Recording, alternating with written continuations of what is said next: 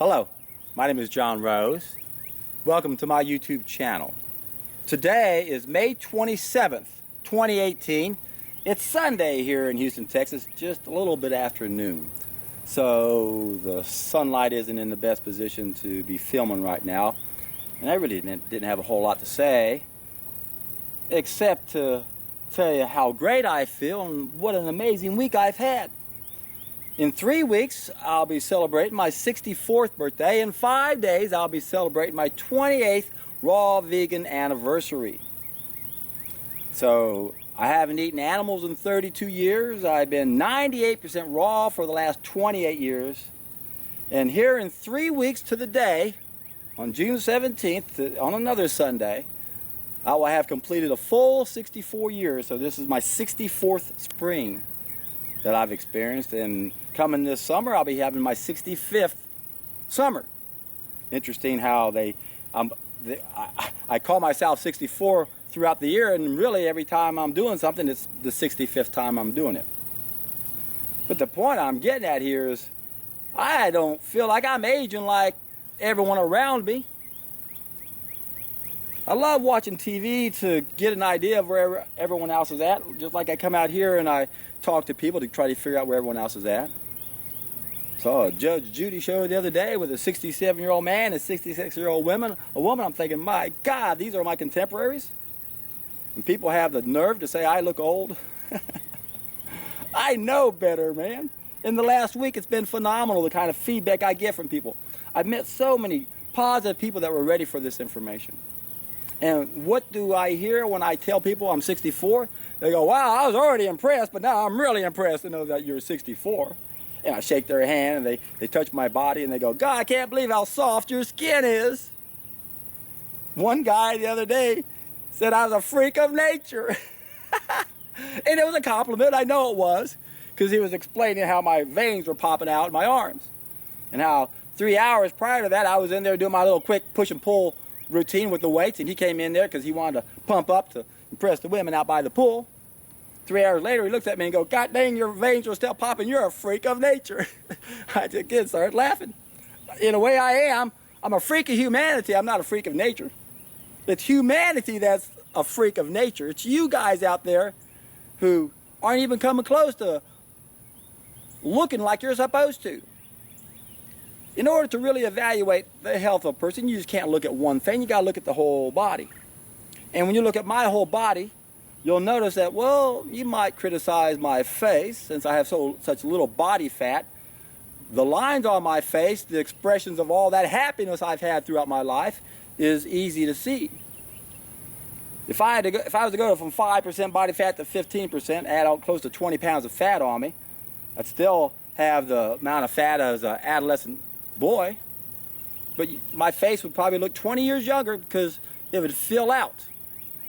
Now, when you see some people who have even puffier faces, you don't see any wrinkles on their faces, but then look at the rest of the body. Look at their jowls. Look at their belly. Is the rest of their body ripped? So, why do I look so old in the face? It's because the rest of my body's ripped. So is my face. And I like it. I'm not egotistical in any way. Worried about having some happy lines on my face. You know, people talk about why we struggle with this way of life, and a lot of people don't realize what they've gone through. So one of the most important things we can do individually is just be an investigator and look at our childhood. Take a look at some of your childhood pictures and tell me what you see. There's a lot revealed in those pictures. You look at every one of my childhood pictures and you know what you're going to see? Big ass smile, because I've been a happy person my whole life. That's why I've got these smile lines on my face. So, it's funny when people can't see the big picture. It's almost like life is chaotic to them. Reminds me of what happens when astronomers look out into space and they're looking at one little section and it seems chaotic to them. But then when they step back and look at the big picture, they go, there's no chaos there. It all fits together because now I see the big picture. So you can't determine what a person really looks like until you see them close to being naked. You got to look at their whole body. What kind of section do they have in here? If it's all puffy around here, it's going to be all puffy around in here. It's all going to be puffy around in here. And don't they look young? They look like the little Gerber's baby. I'm telling you, my friends, the whole point of this video is I'm going to be 64 years old in 3 weeks, and I feel like a kid. I feel like my life is keep getting better and better and better. I look back on what I was doing last year, and I look at myself today. I don't feel like I'm aging. I feel just as good. I feel I don't have any aches and pains. I bounce out of bed with the vigor of a child. I have purpose in my life, so I get to come out every day and try to find someone's life I can transform. That in itself means so much, to have that emotional component. And you know, I know why a lot of people struggle with this way of life. A lot of it is the emotional part of it. Let's face it, folks, you know, we got these 12 essential needs. One of them is our emotional state, and that ties really into our family. And when we break away from the herd, so to speak, and we eat a diet we're designed to eat, what happens to us is many times we become alienated with our family, and that in itself is to make the whole diet not work, because it's not just what you eat, it's all those components. We have to have a good positive emotional state. And look what happens to most of us when we embrace this style. For some families out there that are like Neanderthals, some of your relatives treat you like crap, don't they? They ridicule you, and you know, you think, golly, they're my family. Are you guys Neanderthals or what? So this is a challenge, I know, to stick with it. And I realize that some people struggle for a lot of different reasons. I did a video almost to the day 2 years ago. And I'm thinking about republishing it because, or maybe redoing it. But I looked back on that video and I really knocked it out of the park. Can't think of how I could have improved on it, and yet only got like 1,100 views. Really makes me want to stop making videos. When I put out content that good and I only get 1,100 views. It's a little frustrating, to say the least, that I've got some of my best work in the past and you guys haven't seen it. So I'm not sure what I'm going to do with that. And I looked at that and I realized there was a few things I didn't even say I could have added to it.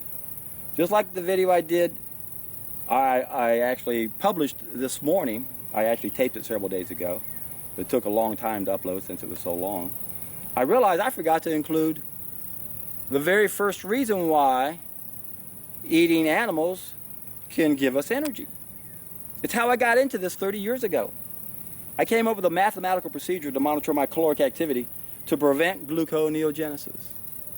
And that's the creation of new glucose when our carbohydrate fuel tank runs out.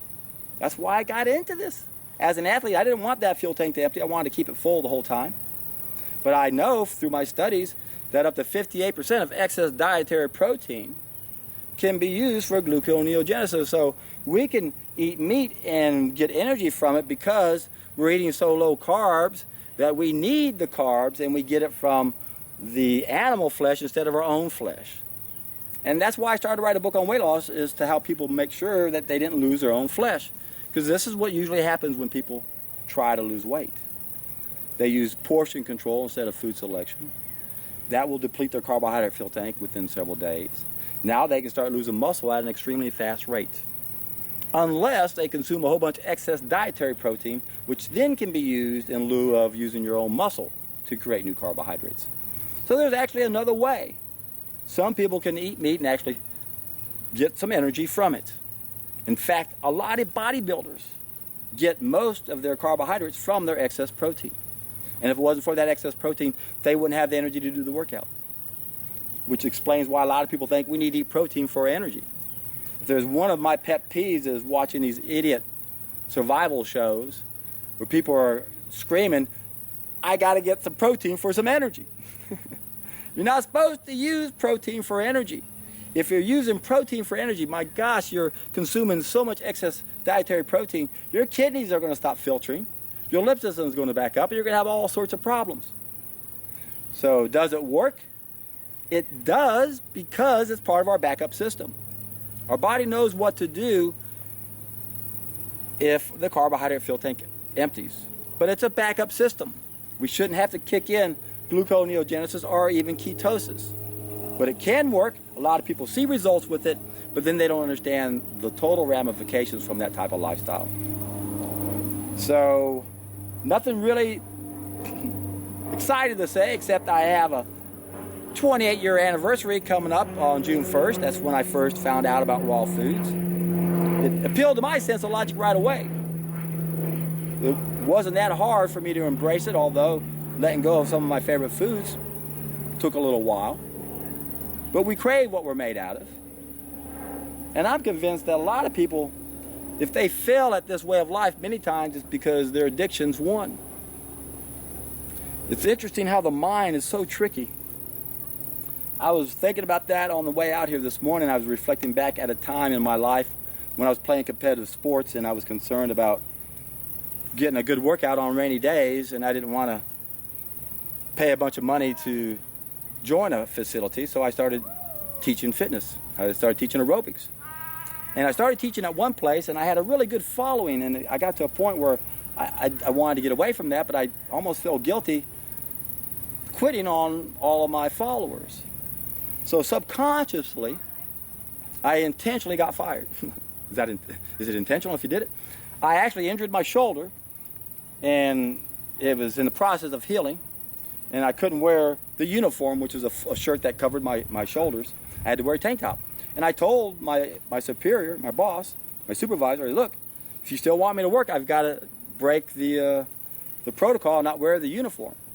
But the manager of the whole place was on steroids, and I knew he couldn't handle it and would blow up and fire me, and sure enough, that's what happened. But I did that intentionally because I didn't want to leave those people. So the mind is very tricky. If you want to fail at something, you'll succeed. Whether you think you can or you can't, you're right. If you don't want to do something, you're going to struggle. That's why I love Nietzsche. He who has a strong enough why can bear any how, or almost any how. And I know it's not easy. It's not easy to break away from the herd. It's not easy to not have that emotional comfort that's supposed to come from our family, our loving family. When our family turns on us, that's enough reason right there just to give up and say, I don't want to add this much pressure to my diet. And there's so many factors that go into nutrition. You could be eating the best diet in the world, but if you're stressed when you eat, you're not going to assimilate it well. A lot of people say, John, well, what should we do if things aren't working? Is the blood test enough to figure out what to do? No, it's not. It can give us some clues. Remember, when you do a blood test, it's going to compare you to a bunch of sick people. But we can use it because it's going to have ranges. We know what happens if it goes too far one way. We know that can be bad. But the main thing you want to test if things aren't working is you want to do something like the spectral cell test. You want to be able to test what's inside your cells. Are you absorbing what you consume? A lot of people fail on a raw vegan diet simply because they're not assimilating what they're eating, which is why I always promote the solid food vacation, because you don't put new wine in an old container, and many times the small intestines are too plugged up and can't absorb nutrients. So many times the juice cleanse, the juice fast, the juice feast, the solid food vacation on juices will be enough to clean that out where you will be able to assimilate and absorb those nutrients. But that's not a guarantee either. So if you're struggling on this, what can you do? Take some pictures of your eyes. Check out Dr. Morris's videos on iridology and copy every one of those. Save those onto your computer because this man is brilliant. He trained under Dr. Bernard Jensen, who was a pioneer in this field. And Morris was one of his best students. So there's very few people with Morris's expertise who we can look at our eyes and figure out how we're damaged. We can look at what's inside our cells with a spectral cell test to see if we're absorbing the nutrients. We can look at the symptoms we have, and many times that's going to put us in a group saying, oh, these are B12 symptoms, oh, these are DHA symptoms. You see what I'm getting at? These are symptoms of a vitamin D deficiency. Those are the basics. That's what you look for. But remember, we have 12 essential needs. The emotional state, the mental state right there, that's enough to keep a lot of people from being successful. And then they're real quick to blame the diet and the protocol. So what I've noticed is they don't teach critical thinking skills in school. Very few people have critical thinking skills. And as a result, when they do something, they come to faulty conclusions. And that's partly because they don't have enough other information to understand how it all fits.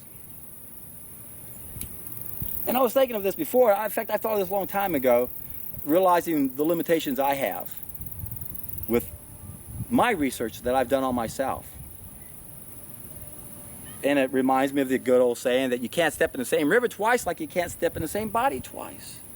So if I want to test the effects of doing a 3-month solid food vacation on juices with using herbs to speed up the bowels, or using enemas to speed up the bowels, or not doing anything to speed up the bowels, how would I go about performing that experiment? 3 different situations. It's impossible, because I can't create 3 different John Roses with the same condition. Remember, can't step in the same body twice. If I do 1 3-month solid food vacation on juices and I use herbs, and then I do another 3-month solid food vacation without herbs, I'm not testing the same body. You can't go out there and find 200 people, 100 over here, 100 over here, and expect them to be the same. This is the drawbacks to trying to prove what we're trying to do. This isn't like a double-blind study where we're trying to prove the effectiveness of a poison. Does this poison interfere with the communication process? Okay, yeah, we can compare the poison to a placebo. Now it's a double-blind study. That doesn't work when we have lifestyle factors, where we have so many lifestyle factors. There's just too many of them. How do we know if someone isn't all stressed out every time they eat? How do we know what their emotional life is like? How do we know what their history is like?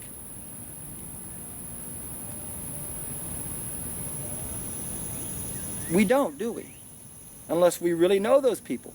So we hear stories all the time of why people struggle, but yet we don't get the details we need to really evaluate what they're doing, and many times they don't even know what's happening. For example, you could take 3 different people that all have the same experience with 3 different types of fast: water, juices, and urine. And yet all 3 of them did them in a different sequence. And as a result, all 3 of them are going to have different interpretations of those results and compare them one to the other. You see what I'm getting at here? In other words, if you do a juice fast, and then you do a water fast, and then you do a urine fast, you're going to go, wow, that urine fast was so much easier than the other ones. Well, wait a second. I did the urine fast. I did the water fast. I did the juice fast. Man, what was I doing with those other ones? I should have done a juice fast first. How do we know? You can't go back and compare one protocol to the other unless you can somehow magically step into the same body, and that's virtually impossible. Now, in a way, I've been able to do that because I damaged my intestines from playing competitive sports. Exercising so much and eating so much, I had about 100 blowouts on my colon wall. It forced me to stop eating cooked food, because when I would do a juice cleanse and clean everything out and go back to raw food, never had a problem. The instant I ate anything cooked, it could be cooked broccoli, I could gain 2 or 3 pounds just by eating a couple 100 calories of broccoli. And because I'd gone through this so many times, I knew what was going on. That stuff was going back and filling up those old pockets because they were damaged. That forced me to the realization that I can't violate a law of nature without seeing the effect of it. So,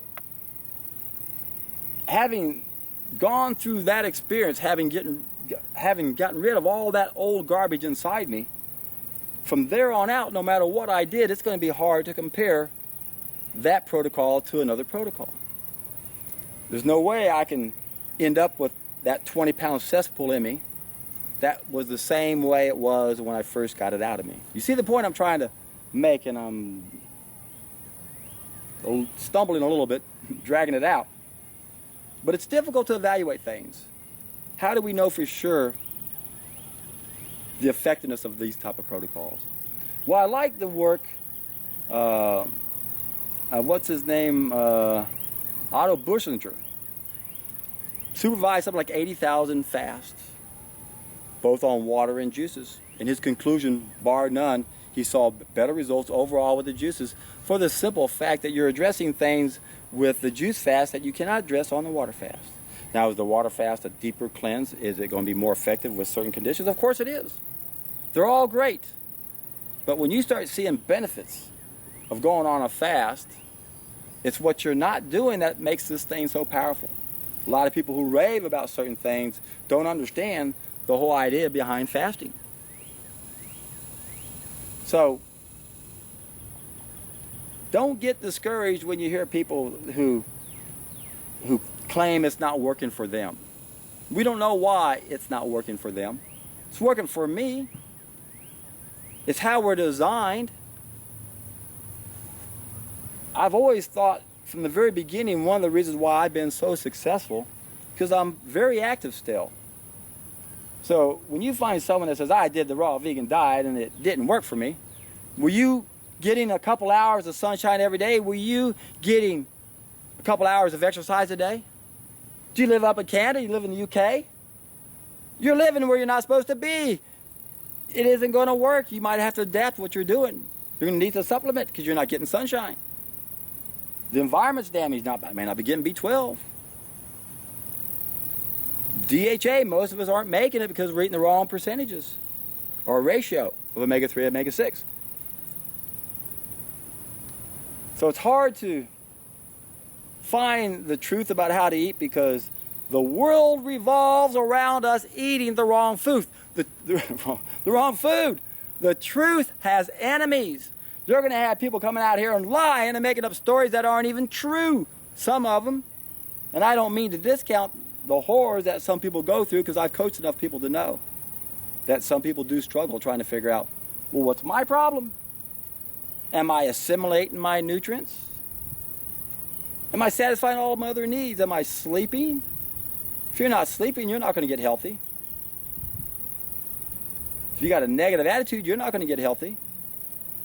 If your emotional life is a wreck, you're not going to get healthy. We're damaged, not just physically, but psychologically, emotionally. And we can't discount addictions and denial. I'm convinced a lot of people are not able to succeed, not because of the ability part of the performance equation, but the willingness part of the performance equation. It's hard to pull off. It's easy to look at what we're giving up. The family, the socialization, all your friends who like to go out and drink some beer and eat some pizza. You got to realize what's important in life, my friends. And I agree, that's important. No reason why you still can't be friends with people who don't live the same way you do, but you know what? Most of the time, those people are our friends because they're living the same way we do. You know, I got to find me a drinking buddy. Got to go out to the bars and chase some women. Got to have someone who likes to do what I like to do. At least that's what I've noticed in myself. I seem to have a tendency to want to hang around people who wanted to do the things I wanted to do. And of course, what I found as I aged is I changed the things I do, and now I don't have those close relationships as I used to. And I miss those people. I did something I don't do very often the other day. I went out by the pool. It was the first day the pool was open. And I wanted to socialize with the people, get to meet some of my new neighbors. Again, I don't get to do that like I used to. I used to be what they call a social butterfly in this type of surrounding. And I miss that part of my life in a way, but I get so much more satisfaction out of doing all the other things I do. But it was interesting to sit around and watch all the people. And the comment and the thing is every time I told someone my age, their jaw just dropped open. They couldn't believe that here I am, almost 64 years old. And the main thing is that it's the way I feel. A lot of the people that I saw saying, "Yeah, we always see you riding your bike all the time," and was wondering what your story was. I had no idea, how old you were or anything. But I'm telling you, if you don't want to age like everyone else, if you want to feel like you're a kid to the very end of your life, you got to pay attention to how you're interacting with your environment. You have to understand how important your choices are when it comes to the quality of your life. And I can guarantee you, when you can finally make some sense out of this, embrace your ideal diet with an understanding that you might have to tweak it somewhat. You might have to find out if you're assimilating nutrients or if there's certain level 2 nutrients you're not getting. And when all that finally comes together, your life transforms and you're in for a treat.